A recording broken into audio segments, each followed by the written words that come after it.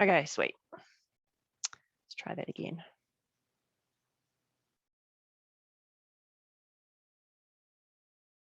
Cool. Oh, well, thanks to all the Sierras for tuning up and Jess and Jay. It's good to have you here. All right, so it's very exciting that this is our 3rd month of data collection. So we've officially completed the pilot program as we initially hoped to have the first 3 months for, but obviously we're going to keep going, trucking along and getting some more data in and hopefully recruiting some more shelters. So that will be really good. So tonight I'm just going to go over the August data in relation to the last 3 months, but I'm also going to produce a quarterly report which we'll send out to everybody so that you've got a good overview of what's been going on and a bit more of an in-depth analysis. But tonight we'll just look at the results as we have been doing. So this is our table for August. Lots of nice big numbers coming through here. So we had, this screen thing keeps getting in the way. We had a total of 29 shelters taking part in August, which is great. So a lot of the new shelters that have come on board have been able to add data retrospectively back to June. So we've got a total of 18 shelters for June, 32 for July and 29 for August. And of those, we had 26 shelters that were able to enter data for all 3 months. So that's really great. And then the number of shelters working with dogs was 14. Cats was 14, only 5 with dogs, and then 13 with both. And we've also had SPCA come on, and they're contributing data to 10 of these centres, which is really great news for us. So that's really boosted the numbers a lot. We still seem to be having issues with the start of the month and the end of the month numbers matching up properly. Some of this is due to the fact that people aren't entering the data for either the start or the end of the month, and then others are unable to make it tally up properly for whatever reason. So just need to keep in mind that it's probably not terribly accurate. And then if we look at the percentage of cats coming in over the last 3 months, I think this is probably reflecting a decrease in the reflecting the quiet season. And I'm sure you guys will tell me if I'm wrong, but obviously there's been a decrease in the number of stray animals. The number of owner surrenders has stayed pretty even, and then there's a little bit of an increase in the other. Most of these have been from emergency boarding situations, as well as trapping. So yeah, there seem to be quite a few emergency boarding situations for whatever reason that might be. For dogs, not as many strays as cats as we've seen over the last few months. And again, the main method of dogs coming in is via owner surrender, although that has decreased from July to August. And then we had quite a big rise in the number of other as well. And again, that was from emergency boarding situations. So I'm not sure if they're weather related or just people can't find accommodation, or they're moving, or they can't handle it anymore. We don't have any details about that. And then this is the total number of animals coming in over the last 3 months. So not the percentage, which is what's displayed in the last few graphs. So there's been a slight decrease in the number of cats coming in, and then the number of dogs have increased steadily over the last 3 months.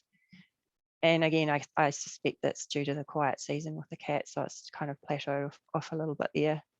And I'm pretty sure next month we'll see that change. Cats going out.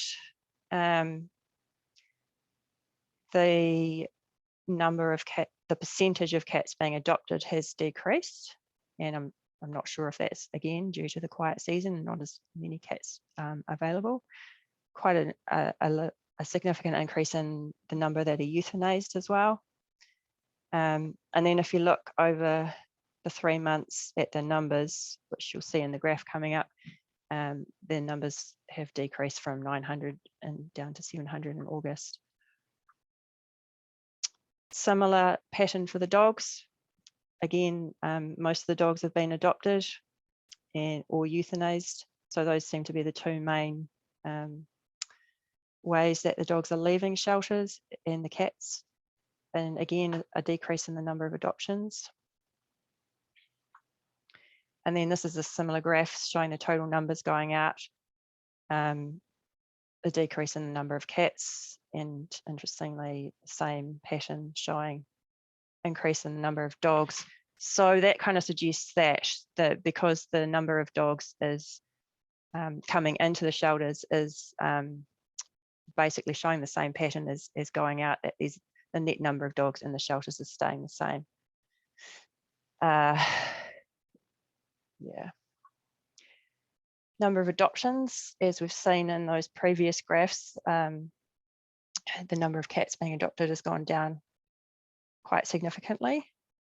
So yeah, I mean, I'd be interested to hear if any of you have thoughts or opinions about any of these trends. So feel free to jump in if you have any comments, or we can talk about it at the end. I just have one comment, Sarah. Sure. I wonder to answer the question of whether it is correlated to the incoming number, whether it would be interesting to have the graphs as a proportion of the incoming each month rather than sort of total percentages. Yeah. And see then whether the trend is looking similar in terms of like the numbers that are adopted, euthanized month by month, relative to the incoming number. Does that make sense? Yeah, I think so. So like as a pie chart as opposed to a bar graph, and then is that what you're meaning? No, I'm meaning more around the way that you calculate it against the incoming number. So so where you're saying like the adoptions have gone down or up, so down for cats, up for dogs, and then you're saying that could be due to a decrease in the numbers coming in, or the numbers increase coming in. If we could say balance as a proportion of that portion, yeah, to see whether it's consistent across the months would be quite interesting. Yeah, definitely. I'll put that in the report. Portion of. Okay, great, thank you. So start of the month numbers, we didn't have any for June because that's when we first started, but the numbers have definitely declined over July and August coming in. Kittens have gone down and cats have gone up, probably due to an age difference there maybe, and also obviously the quiet season again. Number of dogs has gone up a little bit, which is interesting. And end of the month shows pretty much what we've been talking about as well. The number of kittens and cats appear to be almost mirrored, so kittens have decreased and the cats have increased at the end of the month, and again increase in the number of dogs too. So yes, desexed, we've got a decrease in the kittens and an increase in the cats from July to August. Again, it's just sort of following that same trend again, and also with the numbers themselves rather than the percentages decreasing over the time, probably reflecting the quiet season. I'm not sure. So are there any other comments or questions around that data before we move on? Do you think these kind of trends, I mean, it might be hard to tell because of the way they've been presented, as Jess pointed out. But do you think they're related to the part of a quiet season, or is it? Are there any other reasons that you might suggest for these trends? August is very common for minimal kittens, and we tend to take in cats while it's quiet, so we can take in, while there's space. So that those graphs just make a lot of sense to, previous years and all that sort of stuff. So yeah, seems pretty accurate to what we've been experiencing. Yeah, cool. What about with the dogs? Sarah, Pet Whisperer. Any comments from you about the dogs? Oh no, I was Pet Whisperer just speaking. Oh, sorry. Chain dogs. Getting confused. Chain dogs. Sorry, chain dogs.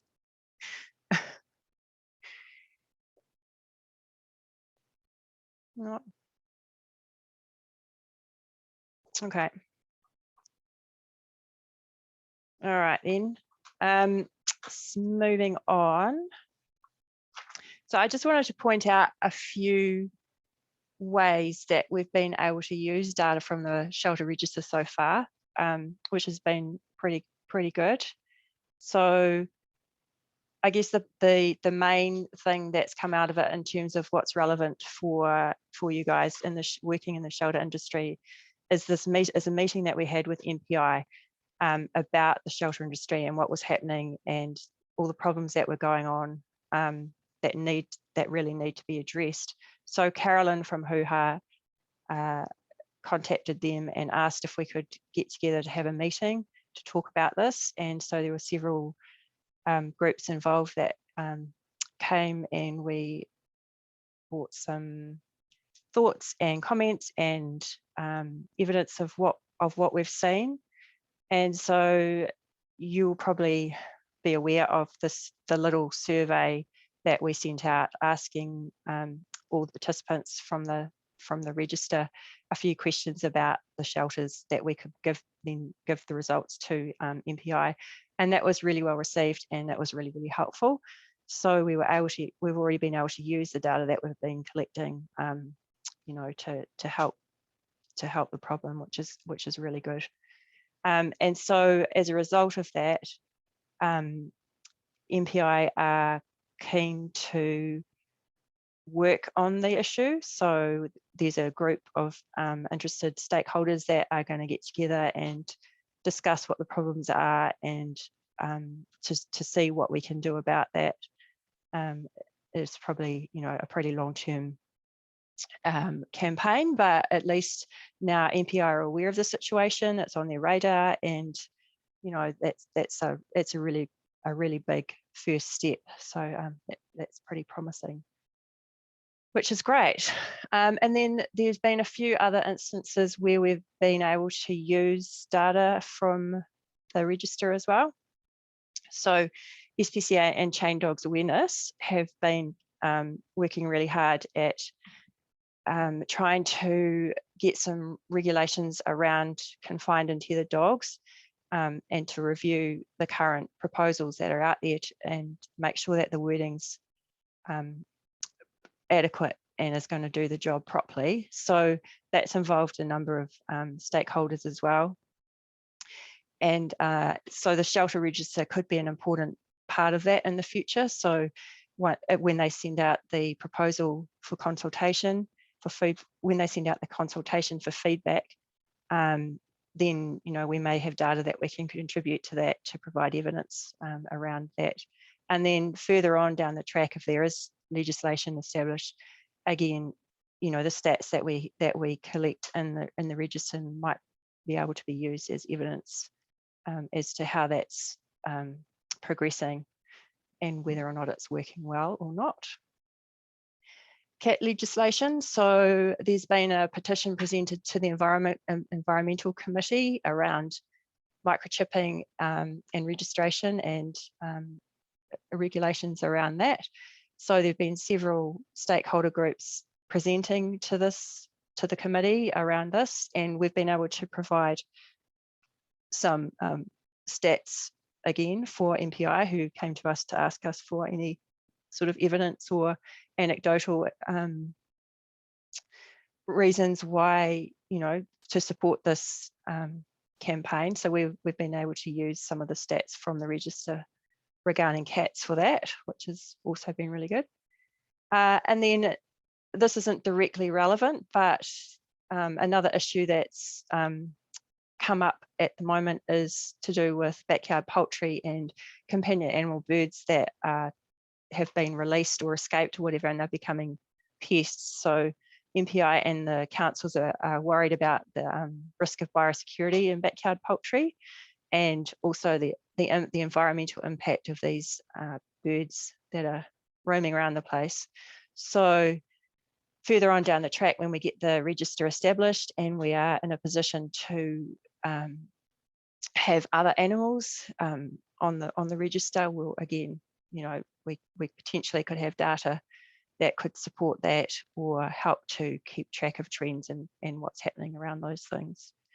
So it's only been 3 months in. We don't have a huge number of shelters, but the data that we have been collecting is definitely worthwhile and is already making a difference to things that we're trying to campaign and advocate for. So it's really heartening.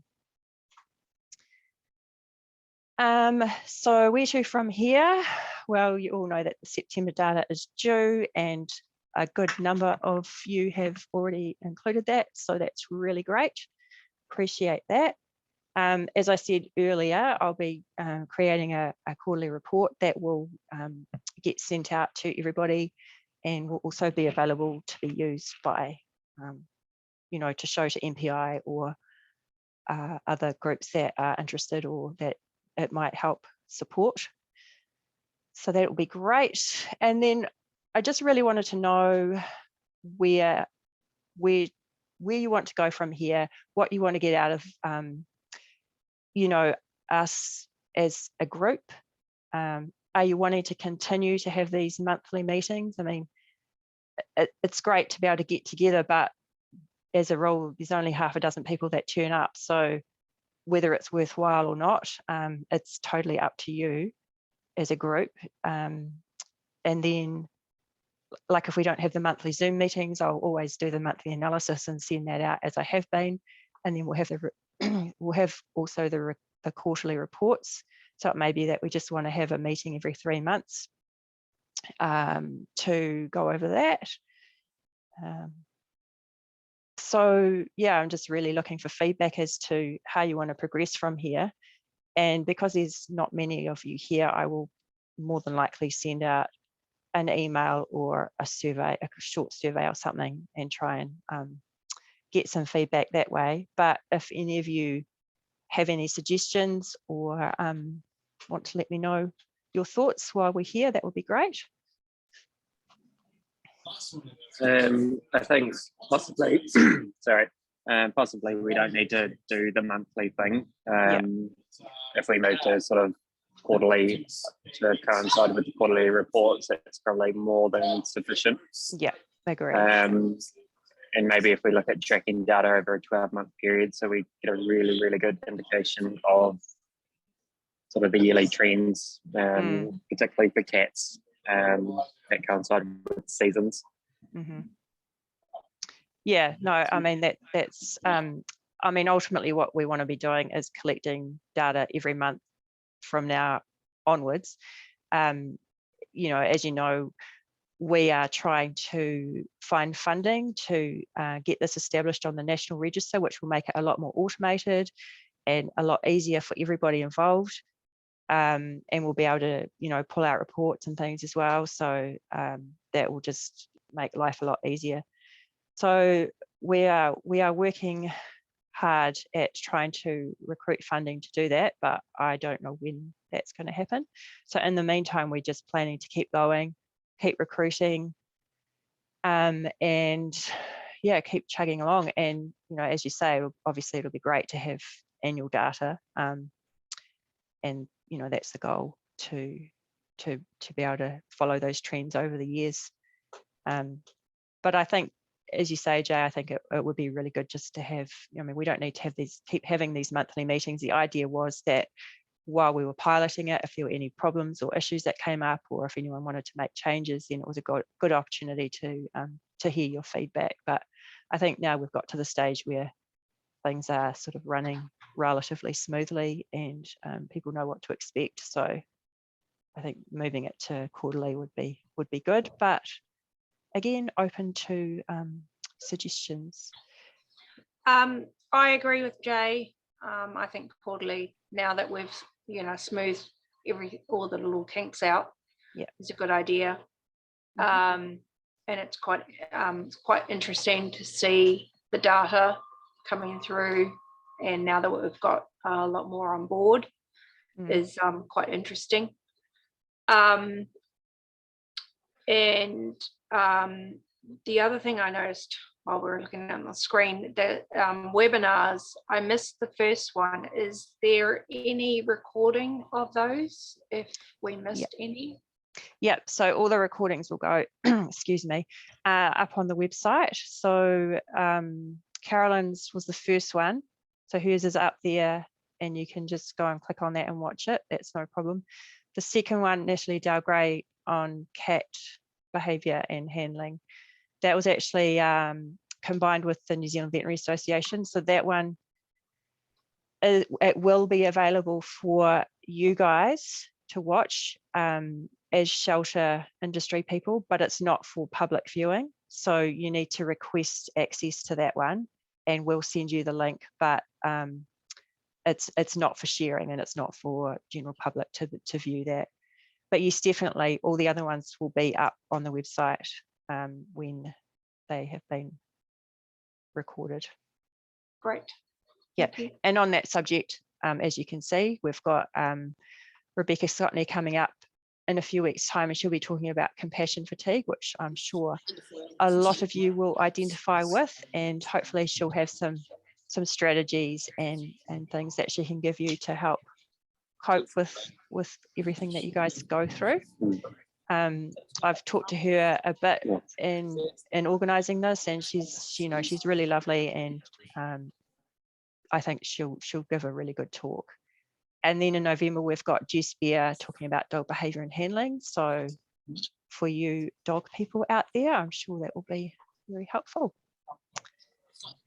So I think that's pretty much all I have to say. Is there anything else anybody wants to raise before we close? Nope. I noticed the euthanasia is a lot higher than what we initially saw in the data. And I know you don't get any explanations, but I don't know, it's I guess I'm quite curious about why such a high number compared to what, I mean, I know there was only a few of us before, so. Yeah, I think a lot of those numbers are coming from one or two shelters that do a lot of trapping, and then a lot of euthanasia associated with that. But yeah, like you said, there weren't any in the first month. So as we've progressively incorporated new shelters, those numbers are changing a little. I can answer that one, Sarah. So most of that euthanasia is small. So I didn't submit data for June because I was out of the country. So we do a lot of trapping. We are basically the only organisation in the Waikato left. All of the other non-SPCA shelters have shut down. And we have an open door policy, so we say yes to everything. Which means, unfortunately, we are quite often put in the position of acting as pest control. We do not TNR. We test pretty much. So I've tracked FIV around our region for years. So we have a very, very high percentage of cats that are tested for FIV. and our policy for positive results for either FIV or FELV is euthanasia. Yeah. So that's where a lot of the numbers come from. And I think this month's data, all of those youths were mine, unfortunately. I think there were 49 in this month's data, which absolutely sucks. But yeah, that does. It is what it is. It is what it is, unfortunately. We've had a few recently, so I do get it. It sucks, but they can't go back to where they were. So yeah, and just on that note, I have actually been curious over the last couple of months, just watching the data. To me, the euthanasia rate seems very, very, very low for the number of shelters, and I'm not quite sure whether or not that's because of how admissions are done, or whether or not shelters aren't euthanizing animals, or if shelters are not willing to admit that they are euthanizing animals. So, for example, I think in June's data, there was one euthanized out of all of those shelters, which I thought was kind of weird. Yeah. Our numbers are probably quite low, but we do a lot of TNR.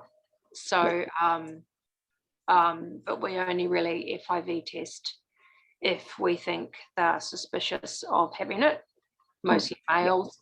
We do have one property at the moment where we're having multiple males having FIV. So we're testing all the males coming from that property. But yeah, our euthanasia is usually low. We probably have more die in care from little kittens than anything. It sucks even more, but yeah. Yeah. But I know there are some in Auckland that probably have high euthanasia rates.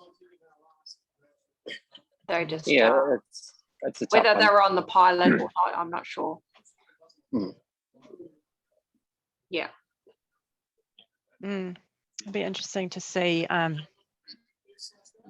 how many of the shelters that we are recruiting currently, are no-kill or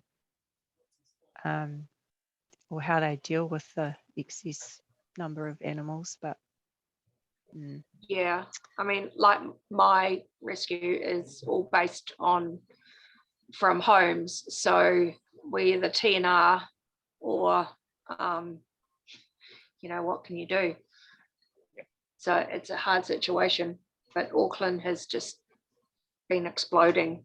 Well, actually abandoned cats are exploding more than anything at the moment, with people moving and state housing being demolished and stuff. Yeah, it's hard to know what to do in those situations. Yeah. That's why we've developed over the years very, very clear-cut policies around different things, just to take any emotional aspect out of it. Yeah. Because that's the only way to not burn out. And that in itself fucking sucks. But again, it's what it is. Yeah, I know a lot of other shelters will rehome FIV. We won't. I've done it a few times. It's not worked out. People can promise that they're going to keep them indoors or that they're going to house them with other FIV animals. They don't. And then they come back to me years later when the cat needs all of its teeth out and go, "You sold me a dud cat, and I'm going to take you to court." Which is how we've developed that policy. It's an automatic euthanasia, unfortunately. Same for FELV. We took in a large number of animals from an Auckland shelter last year, and the FELV rate was just astronomical, to the point where we went, "Holy fuck, our snap tests must not be working. We're going to have to cross-check all of these with SVS labs," and those snap tests were bang on.